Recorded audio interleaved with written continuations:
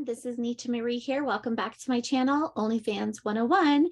And I'm excited because you might be a brand new OnlyFans model. So today we're going to talk about all of the do's and the don'ts of OnlyFans. So make sure to like and subscribe, and I'll be right back.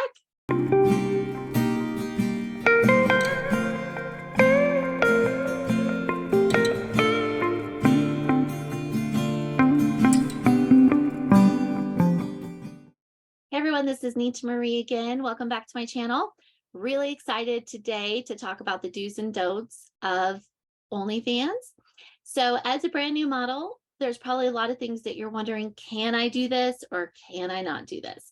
And OnlyFans does have some important rules. And so one of the things that I want to make sure that you do is set up your page for success, so you're not getting flagged or having anything happen with your page. So one of the first do's and don'ts of OnlyFans is do make sure that you get a model release form set up for anyone that's going to have content on your page. So this is really important because model release forms really are going to get your page flagged if you don't have them. This is something that OnlyFans had to revamp about a year ago when too many people underage were getting their content on OnlyFans. So they're pretty strict about it right now. So I'm going to actually do some screen sharing really quick to show you where the model release forms are. So the model release forms are under your profile. Go to profile, and then scroll down to, actually, it's not there. Right here, sorry. Under this profile, scroll to release forms, and you will see where you can create a new release link to send to someone so they can fill that out and automatically be a verified creator. So if you create a new link, you just put the person's name there, save release form link, and send that link to someone to fill it out themselves. Then they will automatically become a verified creator. You can also add a signed release form. If you already have a release form filled out, you need to fill out the document and upload it. And then you also need to have them take a picture of their ID holding it, as well as the actual ID picture. So you need, well, actually the document here is the ID or some form of ID.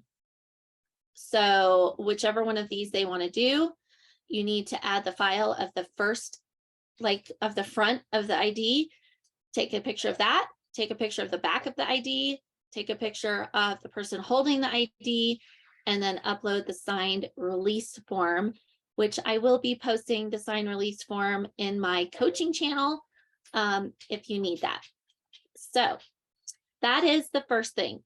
Definitely do that, because then every time you post content with you and the other creator, you've got to tag them.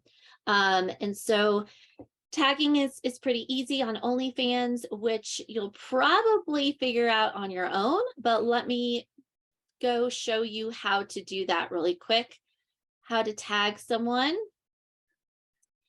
So when you are on your page here and you're creating a post, the way you tag it is by hitting this right here is the release form. So that is how you're going to tag any other person on your page.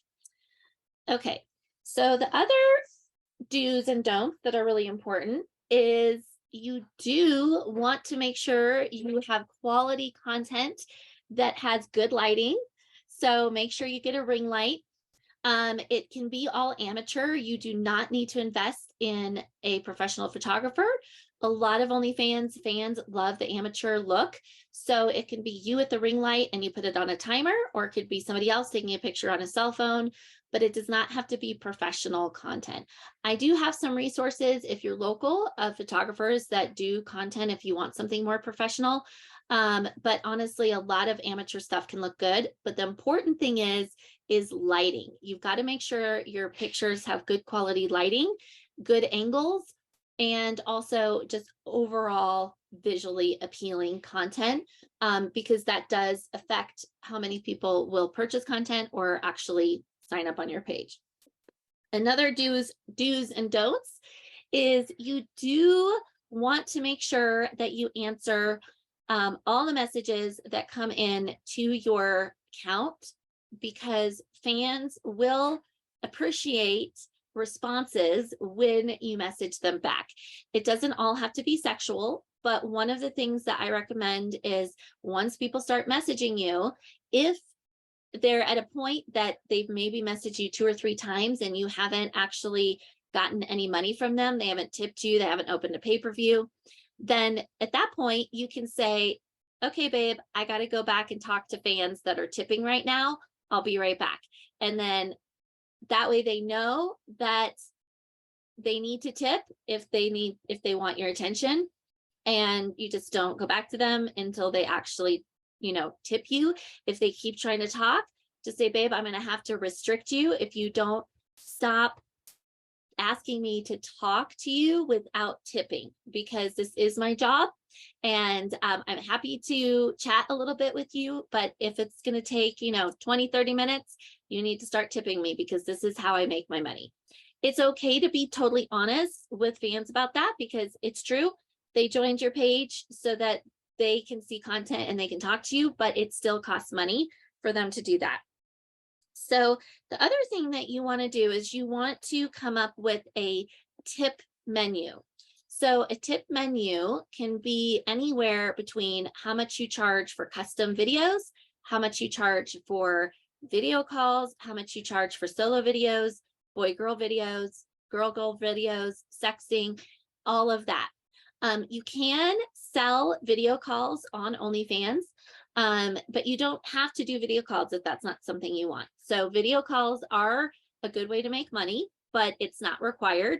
The good thing about OnlyFans is everything is personal choice.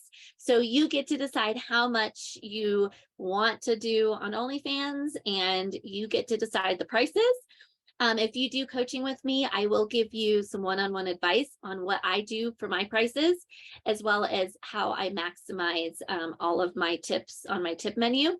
But it is a great thing to create, and then you want to go ahead and put it on your page and pin it so that fans can see this is all the tips that they can give you for different content or different services. Now you can also sell panties on OnlyFans. But you don't want to sell used panties, or at least you don't want to say that they're used, even though they probably will be. Really, legally, you can't sell used panties. So you can sell panties, but don't say that they're cum-filled or that they're used, because that will sometimes get you flagged. The other thing that's important on OnlyFans is that you don't do nude content outside. So this is something that sometimes people forget, but any place that could be public, you don't want to do nude content or any sex acts outside, because that could definitely get you flagged. You also don't want to do any lactating content or breastfeeding content. That can also get you flagged. Any bodily function content besides, actual like coming is flagged. Sometimes even squirting can be flagged, even though some creators obviously get away with that. But any bodily functions, you don't want to sell that on OnlyFans. That will get you flagged. There is another platform called Fansly, which is a lot more lenient with their fetish content. However, there's not as many fans on there. So you can create a Fansly. I do have a referral link for Fansly, and I do coaching for Fansly. If that's something you're interested in, make sure to reach out to me, because that is where you could sell a lot of your fetish content that OnlyFans doesn't allow.